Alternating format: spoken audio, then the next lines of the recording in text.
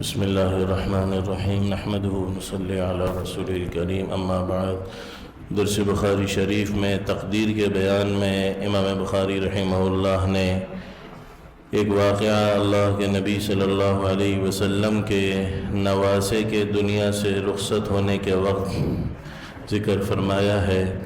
روایت حضرت اسامہ بن زید کی ہے رضی اللہ عنہ، فرماتے ہیں کہ میں اللہ کے نبی صلی اللہ علیہ وسلم کی خدمت میں موجود تھا کہ ایک آپ کی بیٹی کا قاصد حضور پاک علیہ السلام کے پاس آیا، جبکہ آپ کی خدمت میں سعد بن عبادہ بھی تھے، حضرت ابی بن کعب بھی تھے، حضرت معاذ بن جبل بھی تھے۔ اس قاصد نے آ کر یہ کہا کہ آپ کی بیٹی کا بیٹا، ایک روایت میں بیٹے کا ذکر ہے، ایک میں بیٹی کا ذکر ہے، یعنی نواسا یا نواسی، یجود بنفسی، اس کی روح نکل رہی ہے اور اس کے آخری لمحات چل رہے ہیں۔ تو اللہ کے نبی صلی اللہ علیہ وسلم نے قاصد کو یہ پیغام دے کر بھیجا کہ جا کر میری بیٹی کو یہ بات کہہ دو، للہ ما اخذ وَلِلَّهِ مَا أَعْطَى، اللہ جو چیز عطا فرماتے ہیں وہ بھی اللہ ہی کی ہوتی ہے، اور اللہ جو چیز واپس لے لیتے ہیں وہ بھی اللہ ہی کی ہوتی ہے۔ کُلٌ بِأَجَلٍ، اور ہر ایک کا ایک وقت مقرر ہے، اس کا وقت پورا ہو گیا، اللہ کی چیز تھی، اللہ نے واپس لے لی۔ فَلْتَصْبِرْ وَلْتَحْتَسِبْ، اب تم صبر کرو اور اس صبر پر اجر و ثواب کی امید رکھو۔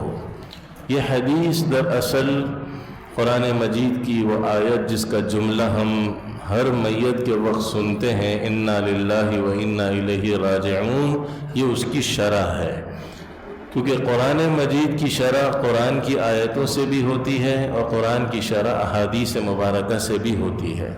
تو انا للہ کا مطلب کیا ہے؟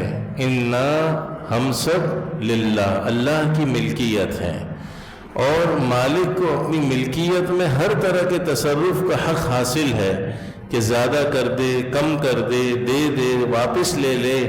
لہٰذا انا الیہ راجعون، کہ ہمیں اس سے یہ سمجھنا چاہیے کہ یہ بندہ تو چلا گیا، ہم نے بھی اللہ کی طرف لوٹ کر جانا ہے۔ تو بہرحال اس حدیث سے امام بخاری رحمہ اللہ تقدیر کے مسئلے کو ثابت کرنا چاہ رہے ہیں کہ یہ سب فیصلے اللہ کے ہو چکے، کس نے کتنا جینا ہے، کس کے پاس کیا چیز کتنی رہنی ہے۔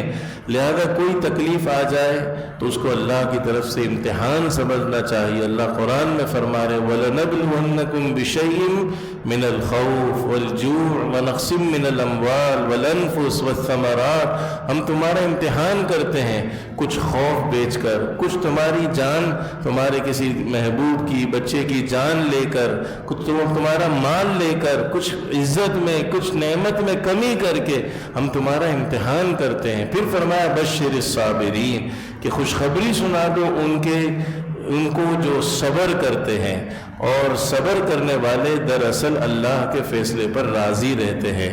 تو یہ جو مسئلہ تقدیر ہے، رضا بالقضاء، اللہ کے فیصلے پر راضی رہنا، آزمائش کے وقت اس کا امتحان ہوتا ہے۔ تو اللہ رب العزت بھی ہم سب کو رضا بالقضاء والی زندگی نصیب فرمائے، ہر تکلیف سے اللہ بچائے۔ تکالیف اللہ سے مانگنی نہیں چاہیے، لیکن جب آ جائے تو پھر دل و جان سے صبر کرنا چاہیے، اس عقیدے کے ساتھ کہ یہ تو اللہ کا فیصلہ تھا، یہ چیز میرے پاس اتنی ہی رہنی تھی، اس کی زندگی اتنی ہی تھی، اب میرے واویلے سے، میرے شکوے شکایت سے کچھ ہوگا تو نہیں، لہذا میں اللہ کے فیصلے پر راضی ہوں۔ اللہ بھائی ہم سب کو رضا بالقضاء والی زندگی نصیب فرمائے۔ اللہم لک الحمد کما انت اہل، فصل علی محمد کما انت اہل، وافعل بنا ما انت اہل، فانک انت اہل التقوی واہل المغفرہ۔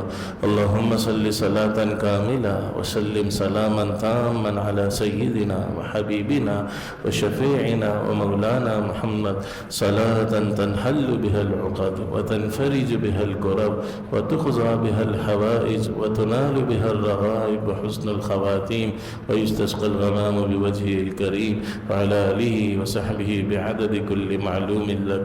اللهم صل على روح محمد في الأرواح، وصل على جسد محمد في الأجساد، وصل على قبر محمد في القبور.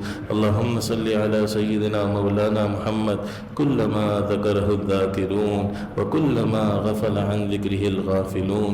وصلى الله وسلم على خير خلقه محمد وعلى آله وصحبه أجمعين برحمتك يا أرحم الراحمين.